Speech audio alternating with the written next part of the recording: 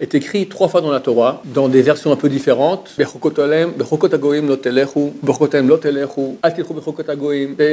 3 interdits disent la même et une chose. On n'a pas le droit d'aller d'après les coutumes des non-juifs. De quoi s'agit-il?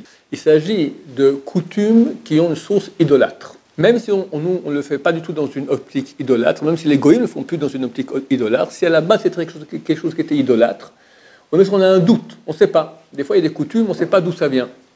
Par exemple, je ne sais pas si en France on le fait, mais en tout cas en Suisse, le 1er mai, on donne du muguet aux gens. Pourquoi le 1er mai? Si c'est la saison, tu le fais aussi le 2 mai, le 3 mai, le 5 mai, tout le mois de mai, il y a du muguet, on donne du muguet aux gens. Vu qu'on ne sait pas quelle est la source, alors c'est interdit, de peur que ce soit à la base une coutume idolâtre, bien qu'aujourd'hui personne ne donne du muguet pour des raisons idolâtres. À plus forte raison quand il s'agit de fêtes idolâtres que tout le monde connaît. D'accord, par exemple, il y a hélas beaucoup de bons juifs qui, le soir du 25 décembre, ils font un repas familial. Rien à voir avec Papa Noël et tout ça, rien à voir. Mais pourquoi vous faites cette date-là?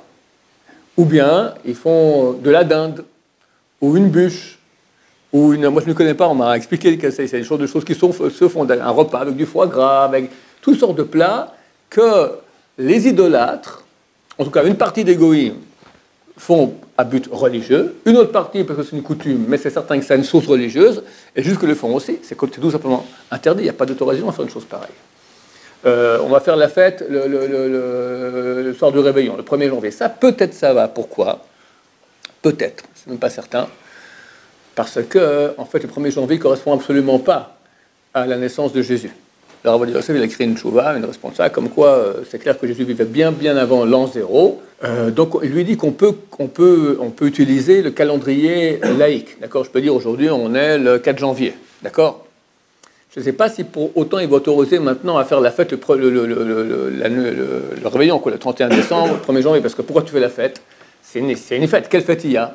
C'est quand même, eux, je crois qu'ils ont la circoncision de Jésus, n'est-ce pas? Quelque chose comme ça. À la base, c'est un truc qui est idolâtre. Pas le droit. Alors vous empêchez toute convivialité, on ne peut plus faire machin. Maintenant, ils passent une période là, tous font des galettes au roi.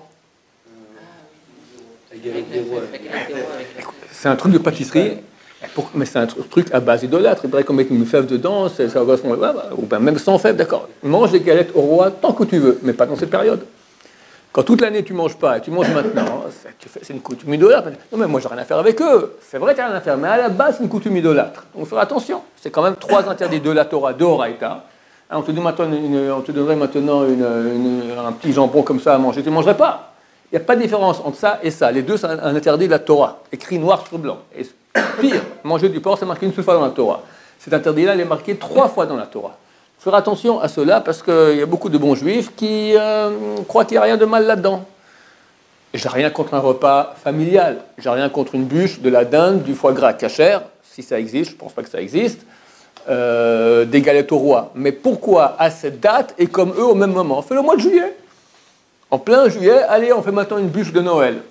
Vas-y, ça va. Appelle pas bûche de Noël, appelle les bûches que font les gens aussi à cette fête-là, mais tu le fais pour manger. Tout le monde comprend que ça n'a aucun rapport avec la fête. Tu le fais au mois de juillet, d'accord? Ou tu fais au mois de février, ou tu le fais en début décembre. Mais pourquoi à ces dates-là? C'est clair que c'est une copie des non-juifs. Oh, la Torah nous interdit cela.